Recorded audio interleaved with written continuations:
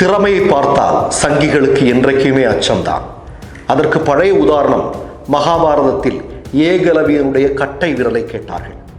நவீன யுகத்தில் வினேஷ் போகத் என்று சொல்லக்கூடிய மல்யுத்த வீராங்கனையினுடைய 200 கிராம் எடையை கேட்டிருக்கிறார்கள். பாஜகவுடைய முன்னாள் அமைச்சர் செய்தியாளர்களுக்கு முன்னால் இப்படி சொல்லியிருக்கிறார். ஹரியானாவினுடைய தேர்தல் முடிவுகள், அதாவது ஹரியானாவில் இருக்கக்கூடிய 90 இடங்களில் 15 இடங்கள் கூட பாஜகவிற்கு கிடைக்காது என்பதுதான். மோடி அன்றைக்கு வடித்த முதலை கண்ணீரை, அந்த நாடகத்தை துடைத்து எறிவதற்கு, அம்பலப்படுத்துவதற்கு வினேஷ் போகட்டும் ஹரியானா மக்களும் தயாராகிவிட்டார்கள் என்பதுதான் உண்மை. இந்திய வரலாற்றில் எந்த கட்சியை சார்ந்த தலைவர்களோ அல்லது எம்எல்ஏக்களோ எம்பிக்களோ இதுவரையிலும் பதிவு செய்யாத அளவிற்கான வரலாறு காணாத மாபெரும் வெற்றியை வினேஷ் போகத் என்று சொல்லக்கூடிய மல்யுத்த வீராங்கனை இன்றைக்கு சொல்லாமல் சொல்லி அடிக்கப் போகிறார் என்பதை இன்றைக்கு தெள்ள தெளிவாக இன்றைக்கு தேர்தல் கருத்து கணிப்புகள் சொல்லிக் கொண்டிருக்கின்றன. மிஸ்டர் பர்ஃபெக்ட் எக்ஸ்ட்ரா கோல்டு திருமணமான ஆண்களுக்கு திருப்பு முனையை ஏற்படுத்தும் ஹலாலான இயற்கை வியாகரா. வயதான பலகினமா, சுகர் பலகினமா, இனி கவலை வேண்டாம், உடனே ஆர்டர் செய்யுங்கள்.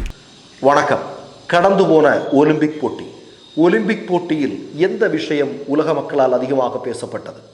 வினேஷ் போகத் என்று சொல்லக்கூடிய நம்முடைய நாட்டினுடைய மல்யுத்த வீராங்கனையினுடைய ஒரு மாபெரும் வெற்றி குறித்து உலக மக்கள் பேசினார்கள்.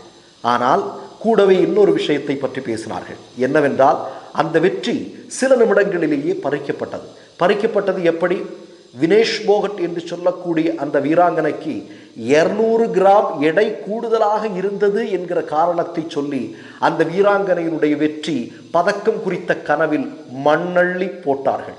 போட்டதில் பெரும் பங்கு சங்க பரிவாரங்களுக்கு உண்டு என்பதை உலக மக்கள் பேச துவங்கியிருந்தார்கள். சங்கிகளுக்கு உண்டு என்றால் சங்கிகளுடைய தலைவரான மோடிக்கு அதில் பெரும் பங்கு உண்டு என்பதுதான் உண்மை. ஏன் வினேஷ் போகத் என்று சொல்லக்கூடிய வீராங்கனையினுடைய வெற்றிக்கு தடுப்பணை போட்டார்கள் சங்க பரிவாரங்கள்? உங்களுக்கெல்லாம் நல்லா தெரியும்.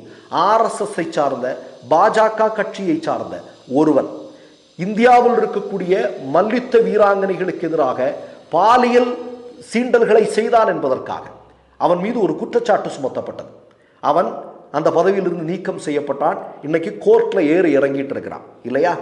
அவனுக்கு எதிராக ஆதாரத்தோடு மிகப்பெரிய போராட்டங்களை முன்வைத்தவர்களில் மிக முக்கியமானவர் வினேஷ் போகத். யாரும் மறுக்க முடியாது. அப்படிப்பட்ட வினேஷ் போகத் எவ்வளவு பெரிய அழுத்தம் இருக்கும் பாருங்க. அதாவது பல வருடங்களாக போராடுகிறார். யாரை எதிர்த்து போராடு? மோடியையும் RSS எதிர்த்து போராடுகிறார் இல்லையா? இப்படி பெரிய போராட்டத்தை முன்வைக்கிறார். கூடுதலாக வரக்கூடிய ஒலிம்பிக்கில் தன்னை தயார் செய்ய வேண்டும் என்கிற அழுத்தம். இவ்வளவு பெரிய அழுத்தத்திலும் கூடயும் அந்த பெண்மணி ஒலிம்பிக்கில் பதக்கத்தை தொட்டு பார்க்கிறார். மாபெரும் வெற்றியை பதிவு செய்கிறார். பொறுக்குமா சங்கிகளுக்கு? திறமையை பார்த்தால் எந்த காலத்திலும் சங்கிகளுக்கு அச்சம்தான். நான் முதலில் சொன்னேன் அல்லவா? அதாவது மகாபாரதத்தில் நீங்க எடுத்து பார்த்தீங்கன்னா ஏகலவியனுடைய கட்டை விரலை பார்த்து பயந்தார்கள். நவீன யுகத்தில் ரோஹித் வெமுலாவை பார்த்து பயப்படுகிறார்கள். ஏன்? சமீபத்தில் வினேஷ் போகத் என்று சொல்லக்கூடிய அந்த மல்யுத்த வீராங்கனையுடைய 200 கிராம் எடையை பார்த்து பயப்பட்டிருக்கிறார்கள். வினேஷ் போகத் என்று சொல்லக்கூடிய பெண்மணி வெறும் மல்யுத்த வீராங்கனை மட்டுமல்ல, சங்கிகளை மிகப்பெரிய துணிச்சலோடு ஓடவிட்ட ஒரு மகத்தான வீராங்கனை. சரி, இந்த வீராங்கனைக்கு பதக்கம் கிடைத்தது. அதற்கு உலை வைத்திருக்கிறார்கள் சங்க பரிவார கும்பல். உடனடியாக வந்து நம்முடைய பிரதமர் மோடி ஒரு முதலை கண்ணீர் வடித்தார். நமக்கு எல்லாருக்கும் தெரியும் இல்லையா? ஆனால் அந்த முதலை கண்ணீர் வடித்தது நாடகம் என்பதை வினேஷ் போகத்தினுடைய சொந்த மாநிலமான ஹரியானா நிரூபித்திருக்கிறது. அதாவது பதக்கம் இல்லாமல் வெறும் கனவோடு தன்னுடைய சொந்த நாட்டிற்கு திரும்பிய வினேஷ் போகத்திற்கு ஏராளமான பதக்கங்களோடு வரவேற்க காத்திருந்தது ஹரியானா மாநிலம். இது மோடிக்கும் RSSக்கும் கிடைத்த ஒரு மிக முக்கியமான அடி. யாரும் மறுக்க முடியாது இல்லையா? நீ வேணும்னா என்னுடைய 200 கிராம் எடையை வைத்து ஒரு அரசியலை செய்ய முடியும், ஆனால் மக்களின் மனங்களிலிருந்து நீ ஒருபோதும் அவரை எதுவும் செய்ய முடியாது என்பதை அந்த மக்கள் சொன்னார்கள். ஒண்ணுமில்லைங்க, வினேஷ் போகத் என்று சொல்லக்கூடிய மனிதர் அவர் பதக்கம் வாங்கியிருந்தா கூட இந்த அளவுக்கு உலக அளவில் பேசப்பட்டிருப்பாரா அப்படிங்கிறது தெரியல. இன்றைக்கு பதக்கம் வாங்காமலே இவ்வளவு பேசியிருக்கிறார் என்றால் சங்கிகளை இந்திய மக்கள் எந்த அளவிற்கு வெறுக்கிறார்கள், எதிர்க்கிறார்கள் என்பதற்கு இது ஒரு மிக முக்கியமான உதாரணம். நம்ம எல்லாம் அந்த ஒலிம்பிக் போட்டி பார்க்கும்போது, நாம் உட்பட எல்லாரும் பார்க்கும்போது என்ன, வினேஷ் போகத் வெற்றி பெறணும், மோடி தோக்கணும். வினேஷ் போகத் வெற்றி பெறணும், RSS சங்கபரிவார கும்பல் தோற்கடிக்கப்பட வேண்டும் என்பதுதான் இந்தியா வெற்றி பெற வேண்டும், RSS தோக்கணும். இதுதானே நம்ம எல்லாம் விரும்பணும். அதை வினேஷ் போகத் செய்து காட்டினார். ஆனால் இவர்கள் கைகளில் அதிகாரம் இருக்கிறது என்பதற்காக அதை இல்லாமல் செய்தார்கள். சரி, இது கடந்த காலத்தில். இந்த நிகழ்வு நடந்ததற்கு பிறகு வினேஷ் போகத் என்ன செய்கிறார்? காங்கிரஸ் கட்சியில் தன்னை இணைத்துக் கொள்கிறார் இல்லையா? காங்கிரஸ் கட்சியில் இணைத்துக் கொண்டவர் இன்றைக்கு ஹரியானாவில் போட்டியிடுகிறார். காங்கிரஸ் கட்சியினுடைய வேட்பாளராக போட்டியிடுகிறார். இப்போது வந்திருக்கக்கூடிய கருத்து கணிப்பு என்ன தெரியுமா? வினேஷ் போகத் என்று சொல்லக்கூடிய அந்த நபர் இந்திய வரலாற்றில் எந்த நபரும் சந்திக்காத அளவிற்கான ஒரு மாபெரும் வெற்றியை பதிவு செய்வதற்காக இன்றைக்கு அவர் காத்து கொண்டிருக்கிறார் என்று தேர்தல் கருத்து கணிப்பு முடிவுகள் இன்றைக்கு சொல்லி இருக்கிறது. ஒன்றுமில்லைங்க, ஹரியானாவிலிருந்து வந்து கொண்டிருக்கக்கூடிய செய்தி என்ன உங்களுக்கெல்லாம் தெரியும். ரஞ்சித் சிங் சௌதாலா என்று சொல்லக்கூடிய பாஜகவினுடைய முன்னாள் அமைச்சர், மின்சாரத்துறையினுடைய பொறுப்பில் இருந்த ஒரு முன்னாள் அமைச்சர் என்ன சொல்லியிருக்கார்? ஹரியானாவில் இருக்கக்கூடிய 90 சட்டமன்ற இடங்களில் 15 இடங்கள் கூட மோடிக்கும் RSSக்கும் கிடைக்காது அப்படிங்கிறத அவர் தெளிவாக சொல்லியிருக்கிறார். அப்படி என்றால் நான் என்ன கேட்கிறேன் அப்படின்னா, ஏற்கனவே ஹரியானா என்று சொல்லக்கூடிய மாநிலம் விவசாயிகளுடைய ஒரு மகத்தான பூமி இல்லையா? விவசாயிகள் போராட்டம் எத்தனை வருடங்களாக மோடிக்கு எதிராக நடந்து வருகிறது என்பது தெரியும். 13 வருடங்களாக ஆட்சி பொறுப்பில் இருக்கக்கூடிய மோடி விவசாயிகளுக்காக என்ன செய்தார்? இந்தியாவுடைய மக்கள் வரி பணத்திலிருந்து 6000 ரூபாய் வருஷத்துக்கு கொடுக்கிறார். போதுமா?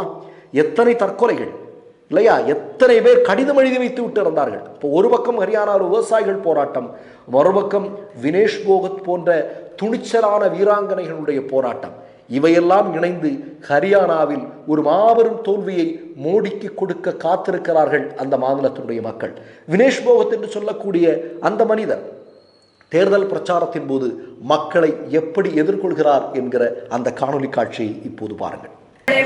मेरे चाचा ताऊ, मेरी माताएं, मेरी बहनें, हमारे छोटे छोटे ये बच्चे मेरे से तो बहुत छोटे हैं, सबको नमस्कार, सबको प्रणाम। एक बात पूछूता ही इनू बहुत सारी जितु आ जाएंगे इनू तो मेरा ना चोरी का निशान गुस्सा है, गलत जगह दबाया हो,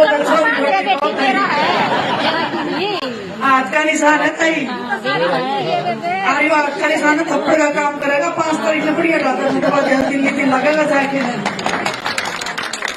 வினேஷ் போகத்தினுடைய வெற்றி இந்தியாவினுடைய வெற்றி, வினேஷ் போகத்தினுடைய வெற்றி மோடியினுடைய தோல்வி, வினேஷ் போகத்தினுடைய வெற்றி RSSனுடைய தோல்வி. கொண்டாடுவோம். மற்றொரு நிகழ்வில் சந்திப்போம். நன்றி, வணக்கம். மை நேம் இஸ் ரெட் சேனலை சப்ஸ்கிரைப் பண்ணிக்கோங்க. அதுக்கப்புறமா பக்கத்துல இருக்கிற ஜாயின் பட்டனை கிளிக் பண்ணீங்கன்னா ஒரு நியூ பேஜ் ஒன்று ஓப்பன் ஆகும். அதுலயும் ஜாயின் பட்டனே கிளிக் பண்ணிக்கோங்க. அதுல பாத்தீங்கன்னா credit R debit card options இருக்கு. இதுல உங்களுக்கு விசா, மாஸ்டர் கார்டு, ரிப்பே அப்படின்னு 3 ஆப்ஷன்ஸ் கொடுத்துருக்காங்க. அதுல நீங்க எந்த கார்டு சூஸ் பண்றீங்களோ அந்த கார்டோட நம்பர் என்டர் பண்ணிக்கோங்க. அப்புறமா கார்டோட வேலிடிட்டி மந்த் அண்ட் இயரை டைப் பண்ணிக்கோங்க. அடுத்தபடியா உங்க கார்டோட பின்னால CVC கோடுன்னு சொல்லிட்டு 3 நம்பர்ஸ் கொடுத்துருப்பாங்க. அந்த நம்பர் இதுல என்டர் பண்ணிக்கோங்க.